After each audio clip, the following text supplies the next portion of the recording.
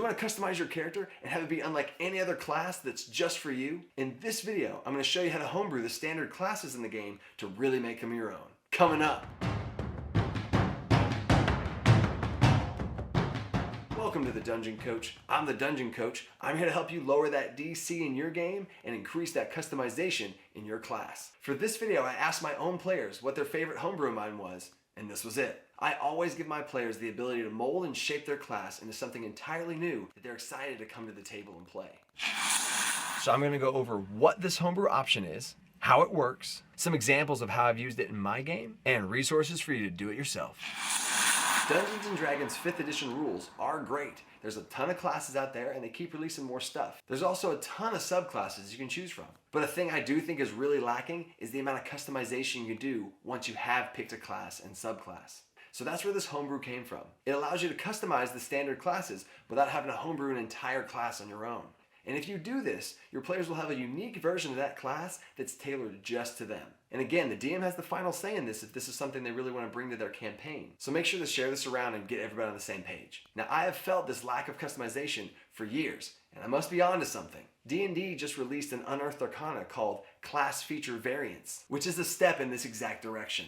So what's the problem? Sometimes when you level up, the thing you get really isn't that exciting, or you don't really see yourself using it all that much. But I want to know what you want to do, not just what you're waiting for the book to give you. Oh well, this is all I'll ever be able to do. I guess I'll just wait until I get it. And don't get me wrong, there's some great stuff in there, but what do you want? How do you want to harness and grow your powers? What's your class fantasy? Class fantasy is something I'm familiar with from my World of Warcraft days. Deadly Gladiator Death Knight. But this is the vision you have for your character and the play style of your class. What do you see yourself being able to do? Not just right now, but in the future. And what are the steps along the way to get there? Every time a player levels up, it should be an extremely exciting moment. So let's get into how this works. So what I do for my players is when they level up, I give them a bonus perk. I don't want to call it a feat since that name's already taken. But from the start of the game, I ask my players, where do you see yourself going class-wise? And they might not have anything special at first, but give them time to explore. You just asking them that question puts that seed in their head. Their reason could be tied to their backstory or just something really cool they'd want to be able to do. Also make sure your players have realistic goals of what they want this to be. I want to have an ancient red dragon mount. Oh, okay.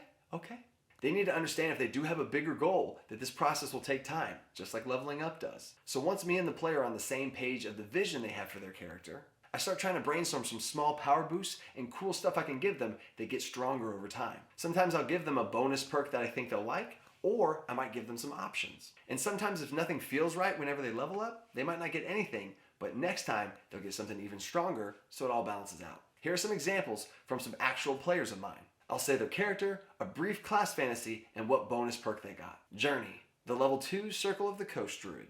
She loved to manipulate weather, especially wind and rain, and she kept using it in combat. But the Gust cantrip is just really not that good. So when she got to level 2, I took that Gust cantrip that she'd been using and boosted it. Stuff like this also makes sense in-game because their character gets better at doing the thing they were doing. So this upgraded version could move 10 or 15 feet depending on the saving throw, and she could move them in any direction instead of just away from her. This simple buff made her more effective in combat in the way she wanted to be. Zachariah, level 3 Great Old One Warlock. She was interested in necromancy, specifically manipulating the life force in and out of bodies to harm or heal. So I gave her two options. She could dabble in the reanimation of dead creatures or be able to manipulate the life essence to and from others. So I would have given her the ability to bring back smaller creatures for a short period of time and eventually bring back humanoids, but she chose the life transference.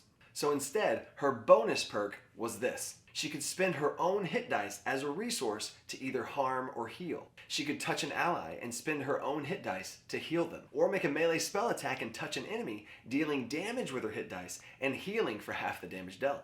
It was something very small, but now it's a core to her class identity. This can also expand as they level. She's level 5 now and can cast the level 3 spells Life Transference and Vampiric Touch, which are perfect spells for her because it lets her heal allies or drain enemies. But now if she casts either of those two spells, she can use her own hit dice and boost them, adding her own dice to the roll. Arya, level 4 Hexblade Warlock. Sometimes players come up with the coolest stuff when you give them the opportunity. Her Hexblade was a whip, which is already badass enough, but she had the vision of animating this Hexblade whip into a snake. I used the spell's spiritual weapon for a foundation for this and just gave it a little extra movement speed but no fly speed. So now her Warlock Hexblade Whip Snake can slither around the battlefield as she does her own thing. This is something I gave to her for free at level 4. But this lets your players play their class in the way they want. Bardon, the level 8 Storm Herald Barbarian. He really loved the lightning component to his class, and I really wanted to give him something to embrace it. So I gave him the ability to use his rage charges to cast lightning spells. At first he was only able to cast an angry buffed version of Thunderwave, dealing 4d8 instead of 2d8. A lot of times Barbarian's rage charges just go to waste. This gave him a dynamic mechanic to be able to choose what he wanted to do with them. And as he leveled up, I ended up giving him more and more rage charges than normal as well. The spells he cast required no components or gestures. It just came out of his body. So he used Constitution for his spellcasting modifier. And by the time he got to level 20, he was a lightning conduit of rage. Raylor, level 10 Vengeance Paladin. So this group didn't have a true healer, and he was already the tank of the group. He was an Aasimar, and he had a real protector from evil vibe. And he was about to multi-class into cleric for some more holiness. But he was torn because he didn't want to lose his paladin identity. So here's where I come in. I built this bonus perk off of the pre-existing mechanic of Lay on Hands. This lets Paladin restore hit points up to 5 times their Paladin level. And this spell can also cure disease or poison if you spend 5 points to do so. So I just expanded on this 5 system. So I gave him a small list of cleric spells that he could now cast. But he had to use his Lay on Hands pool to cast them. He had to spend an amount of Lay on Hands points equal to 5 times the cleric level that he was trying to cast. This was super balanced and he loved it. 5 points let him cure a disease and a poison. And for 10 points, he could cast the level 2 cleric spell, Lesser Restoration. For 15 points, he could cast the level 3 spell, Remove Curse. And for 25 points, he could cast the level 5 spell, Greater Restoration. His hands were now divine. This gave him dynamic choice of using Lay on Hands for spells or healing. And it let him save all of his own spell slots for those smites. Twitch, the level 14 Chronomancy Wizard. Now this entire class was already a homebrew that me and the player collaborated on. He was a wizard that could manipulate time and control the battlefield, speeding up his allies and slowing down his enemies. On initiative rolls, he already had the alert feat and he could add his intelligence modifier into his initiative because he could see the fight coming. So this bonus class perk was to enhance that feel that I knew the player already liked. So his bonus perk was now his minimum initiative score was 20. And during the first round of combat, he could choose where in the initiative order he wanted to be. Once he chose where he was, that was now his initiative. And if he did want to go higher than 20, then he could still roll for initiative. But his minimum was 20. This was a cool mechanic that really made sense for that character that was established over multiple sessions. He established that he had a spidey sense when it came to getting into battle. The last one on this list is Dalar, the triple multi-class Druid Fighter Ranger, who over the course of a 2.5-year campaign evolved his class into an elemental archer who could harness the power of the elements into his own bow and turn into elementals himself. And I'm going to save this character for a video I do on multi-classing. And if you've liked anything in this video, you're going to love that. So now you know what this thing's all about, but how do you bring this to your game? Here's some resources to help you brainstorm. A good place to start first are the other subclasses of that same class. Then you could branch off into similar classes like Rogue Ranger, Barbarian Fighter, and see what mechanics they have that you might want to buff up or water down to give to your player. And the next one should be obvious.